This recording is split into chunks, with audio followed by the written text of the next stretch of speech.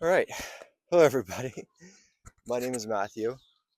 Today, I'm going to be talking about my experience at the Dr. Joe Dispenza retreat. So, if you don't know who Dr. Joe Dispenza is, he is a chiropractor who had a very severe back injury and he couldn't walk, couldn't do very much, but he essentially healed his entire body with the power of his mind. I know that sounds crazy. I'm just going to jump right into my experience of Dr. Joe's retreat. So, he hosts a retreat. You can do a 3-day one, a 7-day one.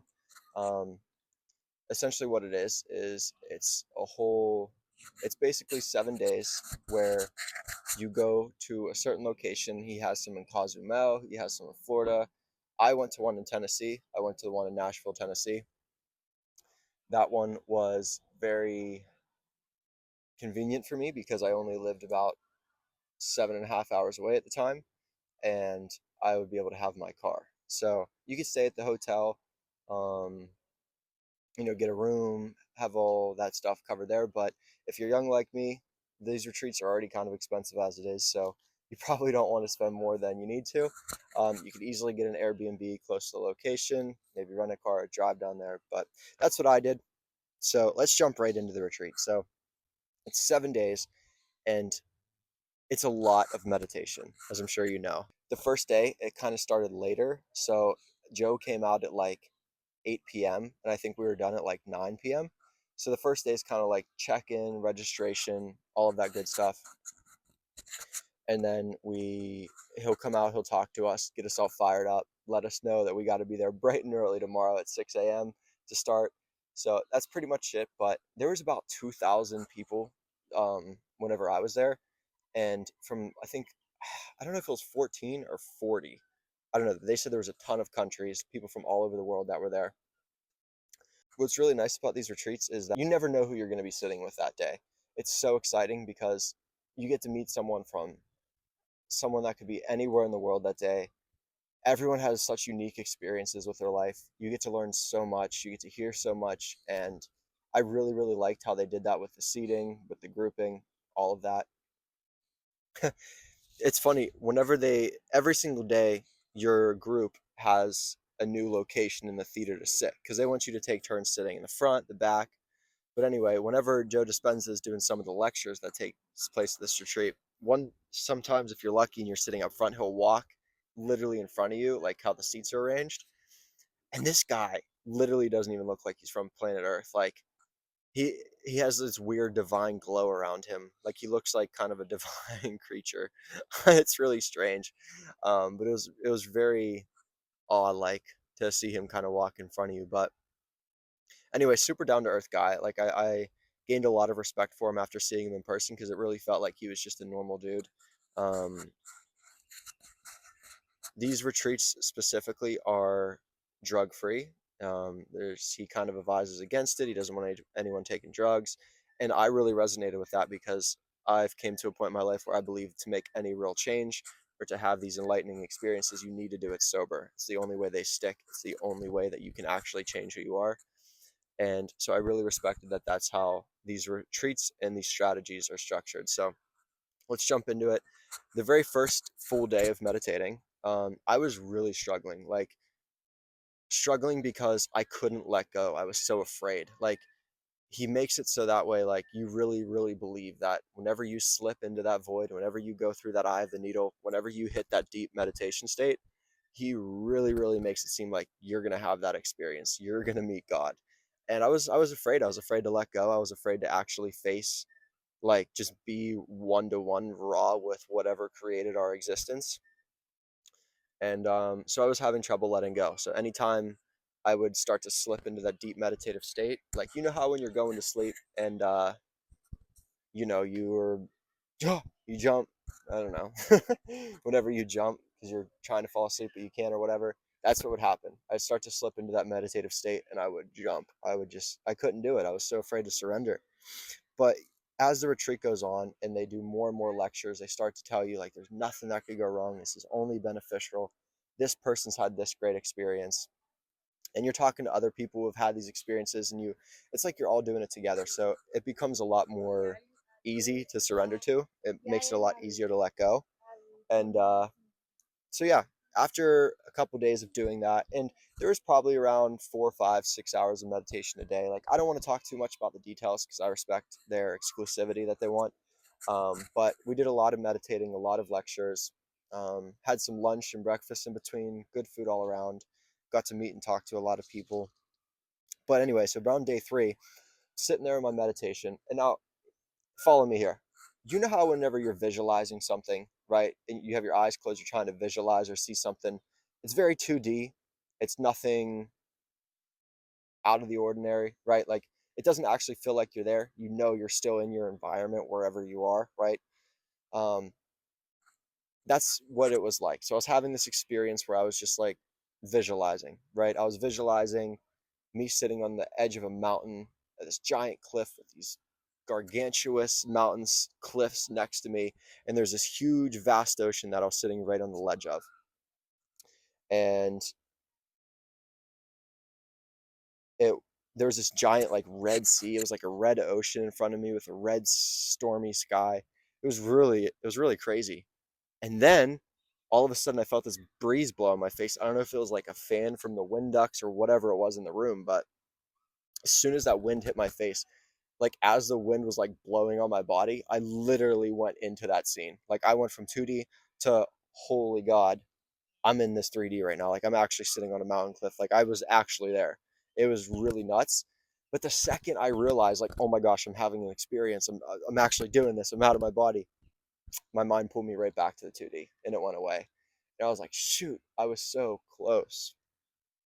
So that was the first intense. Actually, no. The first intense experience I had was the first night. So the first night I sat next to this lady, and she was really sweet. I think she was from Switzerland, and she likes to hike. She was into holistic chiropractic. She's super nice. And so I was sitting next to her, and at the end of the meditation, Dr. Joe had us do this particular breath work. And if you know, you know. Uh, and as soon as I exhaled on my very last breath, this lady starts laughing. She goes, ha ha ha ha. These squirrels are playing hide and go seek above me. uh, this lady starts freaking laughing, and then another lady starts laughing, and then before you know it, the whole room is hysterically laughing, and I'm like literally scared poopless. Like, I can't even. I'm like, did I just die? Am I in hell? Is everyone laughing at me? Am I some type of cosmic joke? Like, it was the most. I was so scared, but luckily, the meditation ended like right after that, and I like looked up at the girl next to me. I'm like, "Are we alive?" And she's like, "Yeah, what's wrong?" And my teeth were chattering, my body was shaking. I couldn't stop for like 10 minutes. Um, she gave me a hug, and I felt a lot of relief. So that was actually the first thing. Um, let's see. Skip forward to day five. Before we jump into day five, I do want to say that during this retreat, one thing I noticed was, like, we would have to wake up early. It like Because I was staying farther away and I had to drive there and walk there every day. I was needing to wake up at like 4:30, 5 a.m. to start at 6. And then the night would end at like 9, and then when I finally got to sleep it was like 11. So I was only getting like 5 to 6 hours of sleep for the first couple days. And trust me, I in school I could not wake up to save my life. Like, I could get as 12 hours of sleep, and I'm like, not happening. I'm sick today. I need an excuse. But for whatever reason, I didn't need any sleep. I woke up and I was so energized. I think it's doing with the meditation, like, because you're not stressing yourself out, and in those meditative states, you're healing, you're recovering. Your body doesn't require as much sleep. So that was something I experienced. I also experienced a complete loss of appetite. So I did not crave any food. I didn't want to eat really. I was just fine. And it showed me that a lot of eating, I think, is emotional. We just get bored. We're like, all right, let's eat, right? So those two things were pretty interesting. But let's dive into the more like crazy experiences I had, because I know that's what you guys are here for. I mean, if I was watching this video, that's what I'd be here for. So, um, I apologize if I'm talking rather fast. I'm afraid that when I started recording this, my phone wasn't on, and I'm also afraid my mic's gonna die. So I don't really want to have to like climb down this tree and do all that. But anyway, day five. I'm sitting in my chair, and all of a sudden, I see this like purple, blue, neon green colored divine light just like radiate through my body. And oh my gosh, the feeling of this was crazy. I've never felt so powerful, so divine. Like there isn't a single experience I've ever had in my life that equates to this. No alcohol, no drug, no orgasm, nothing could even equate to this level of power that I felt radiate through my body.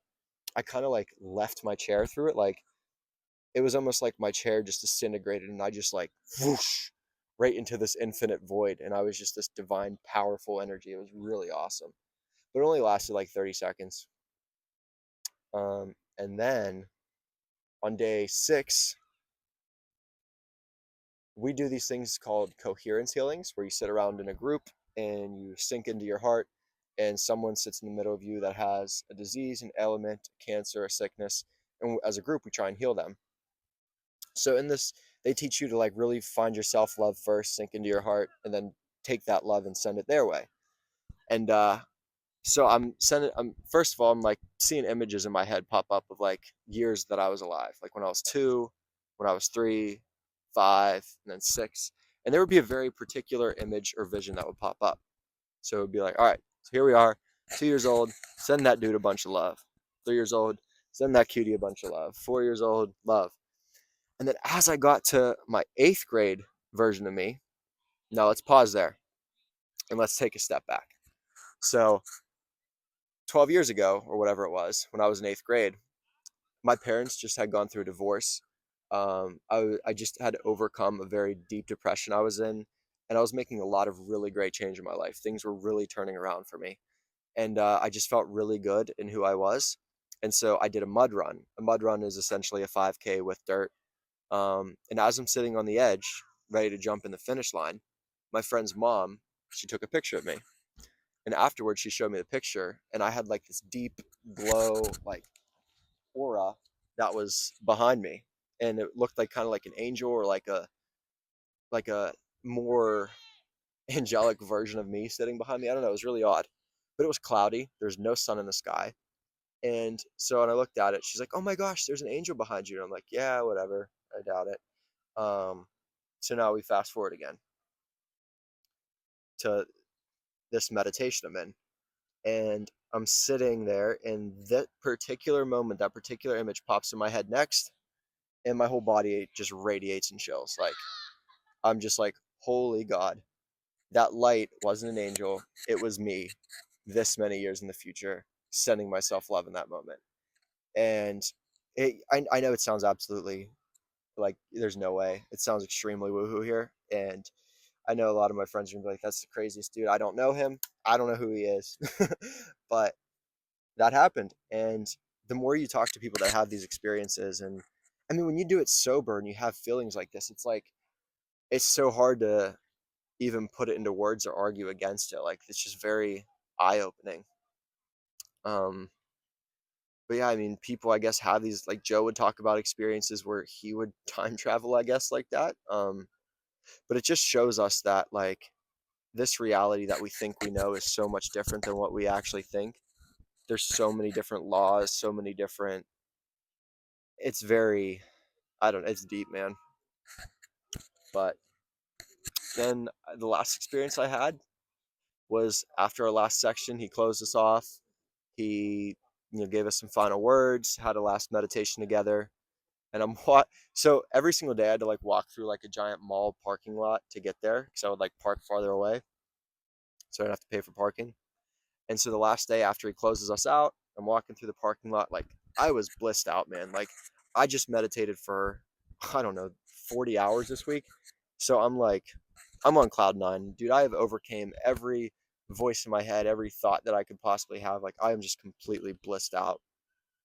And I'm walking through this parking lot and I'm just singing at the top of my lungs. I'm dancing. I'm like acting like I'm drunk, kind of.